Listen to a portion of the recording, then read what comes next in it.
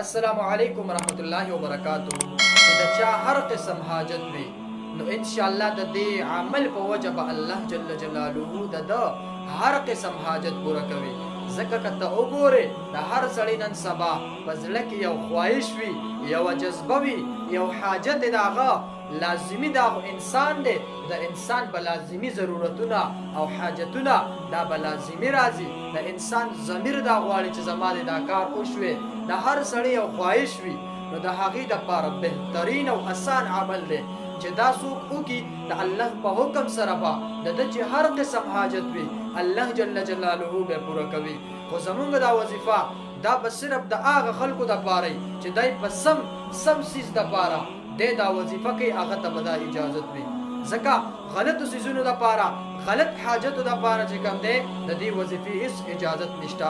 دا به یو صحیح څیز دپاره استعمالوي چې څومره شرعي هر یو حاجت دی وي د الله په حکم سره به ستا پوره کېږي. او هغه عمل ډېر اسان عمل دی. اول به 2 رکعات صلات حاجت د دې نیت په وتړې. په اولني رکعت کې چې کله سورة الفاتحه دا چې کله ولولې د هغې نه بعد به آیت الکرسي دا یو ځل ووایې او دا رکعت به پوره کړي. کله چې 2م رکعت ته راباسي په 2م رکعت کې چې کله سورة الفاتحه ووایې نو د هغې نه بعد به سوره اخلاص دا به یو ځل ووایې. دا لمونځ به ته مکمل کې دا به ته پوره کې. بیا به څه وکړې؟ کله چې ستا دا لمونځ پوره کړو نو د هغې نه بعد به بیا یا هادیو دا به ته په داسې مقدار سره ووایې چې الان کې ستا چې څومره پورې ساوي. دا نه چې ډېرې پیرې هېڅ ضرورت نشته.